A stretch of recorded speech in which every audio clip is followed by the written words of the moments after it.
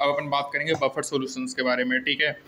तो buffer solution में देखो सबसे इंपॉर्टेंट इसका ये है कि सॉल्यूशन जो कि रेजिस्ट करेगा change in pH on dilution में, या अपन ऐड करें स्मॉल अमाउंट ऑफ एसिड या बेस को, उसको अपन बफर सॉल्यूशन कहेंगे बच्चों। अब याद रखना है कि जो मिक्सचर होता है एसिटिक एसिड का और सोडियम एसिटेट का, वो बफर सॉल्यूशन की तरह एक्ट करेगा अराउंड पीएच 4.7 में, और जो अमोनियम क्लोराइड और अमोनियम हाइड्रोक्साइड होता है वो भी बफर सॉल्यूशन की तरह एक्ट करेगा पीएच 9.25 में।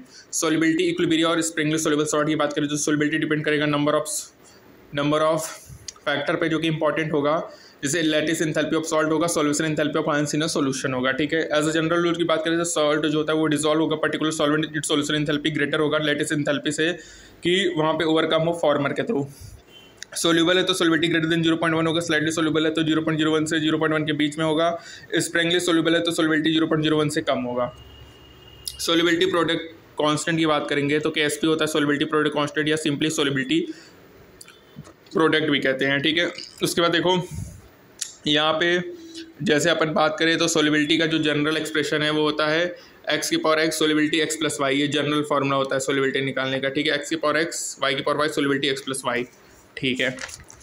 अब देखो common and effect on solubility की बात करेंगे तो अपन को पता है कि ली चैटलियर प्रिंसिपल अकॉर्डिंग अगर अपन कंसंट्रेशन बढ़ाएंगे बच्चों तो ये कंबाइन होगा, ठीक है, और प्रिसिपिटेट होगा, जबकि QSP के बराबर होगा। यदि कंसंट्रेशन आयन का डिक्रीज कर दे तो मोड सॉल्ट डिजॉल्व होगा, जिससे कंसंट्रेशन ऑफ आयन बढ़ेगा और फिर वो QSP के बराबर होगा। ये एप्लीकेबल होगा सोल्यूबल सॉल्ट जैसे sodium chloride except high concentration of ion. तो यहाँ अपन एक्टिविटीज़ का यूज करेंगे मोलरिटी फॉर KSP। अगर अपन सेचुरेटेड सोल्यूशन लेंगे NaCl और HCl पास कराएंगे तो जो सोडियम क्लोराइड है वो प्रिसिपिटेट होगा, वहाँ पे concentration of chloride ion available होगा डिसोसिएशन ऑफ HCl के लिए। जो सोडियम क्लोराइड होता है वो ऑप्टेंट होता है हाई प्योरिटी और अपन को रीड ऑफ इम्प्योरिटीज मिलेगा। सोडियम मैग्नीशियम सल्फेट का जो कॉमन इफेक्ट होता है वो ऑब्जर्व होता है complete precipitation of particular ions में उसके स्ट्रिंगली सोल्युबल सॉल्ट में, जो कि वेरी लो वैल्यू होगा सोल्युबिलिटी प्रोडक्ट का ग्रेविमेट्रिक एस्टिमेशन से।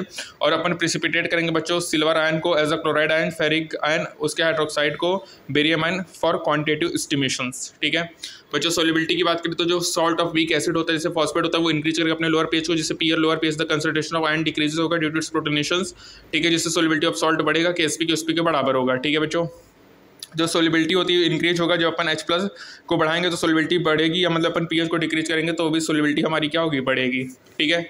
अब अपन बात करेंगे बच्चों समरी के बारे में। जब अपन को पता है कि जो नंबर ऑफ मॉलिक्यूल होते हैं जो कि लीव करते हैं लिक्विड को टू वेपर, वो इक्वल होंगे number of molecule returning to the liquid from vapour, और इक्विलिब्रियम अपन अटेंड होगा, उसको डायनामिक कहेंगे। इक्विलिब्रियम स्टेब्लिश होता है फिजिकल और केमिकल प्रोसेस में, और स्टेज में रेट ऑफ फॉरवर्ड और रिएक्शन इक्वल होगा, ठीक है। और इक्विलिब्रियम को एक्सप्रेस करते हैं concentration of product divide by reactant करेंगे। इक्विलिब्रियम कांस्टेंट बच्चों फिक्स टेंपरेचर पे होगा और सभी माइक्रोस्कोपिक प्रॉपर्टीज से कंसंट्रेशन प्रेशर बिकम कांस्टेंट हो जाएगा, ठीक है। गैसीय रिएक्शन की बात करेंगे KP रिटर्न करेंगे, ठीक है। डायरेक्शन ऑफ रिएक्शन जो होता है प्रिसिपिटेट रिएक्शन कांस्टेंट जो कि इक्वल टू होगा KC इक्विलिब्रियम में, ठीक है। ली चैटलियर कहता है बच्चों अगर तुम किसी भी फैक्टर को चेंज करो जैसे टेंपरेचर, प्रेशर, कंसंट्रेशन, तो वहाँ पे इक्विलिब्रियम शिफ्ट उस डायरेक्शन में होगा जहाँ पे मतलब उसको कम करने की कोशिश करेगा। मतलब वही कह रहे हैं जैसे तुम बढ़ा रहे हो तो वो उसको कम करेगा, नलीफाई करेगा। बच्चों कैटलिस्ट अफेक्ट नहीं करता इक्विलिब्रियम कांस्टेंट को रिएक्शन मिक्सचर को, लेकिन वो रेट ऑफ केमिकल रिएक्शन को बढ़ाता है, ठीक है।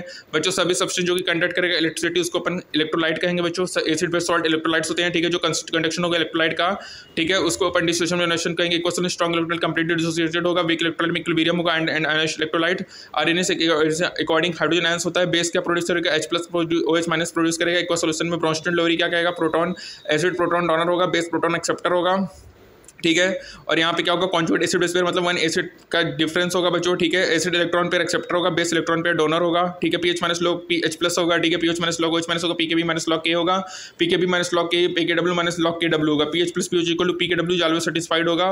बफर सॉल्यूशन होगा, सॉल्युबिलिटी प्रोडक्ट कांस्टेंट होगा। The role of common and insolubility जो होगा स्प्रिंगल सॉल्युबिलिटी पे वो डिस्कस्ड अपन करेंगे, ठीक है।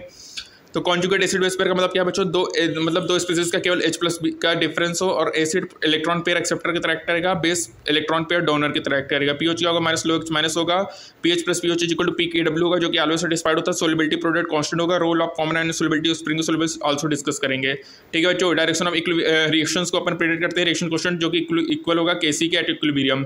कैटलिस्ट बच्चों इक्विलिब्रियम कंपोजिशन को अफेक्ट नहीं करेगा, ठीक है, लेकिन ये केमिकल रिएक्शन को बढ़ाएगा। सब सब्सटेंस जो कि इलेक्ट्रिसिटी को कंडक्ट करता है उसको इलेक्ट्रोलाइट्स कहते हैं, ठीक है। यहाँ पे हमारा ये पार्ट कंप्लीट हुआ, थैंक यू।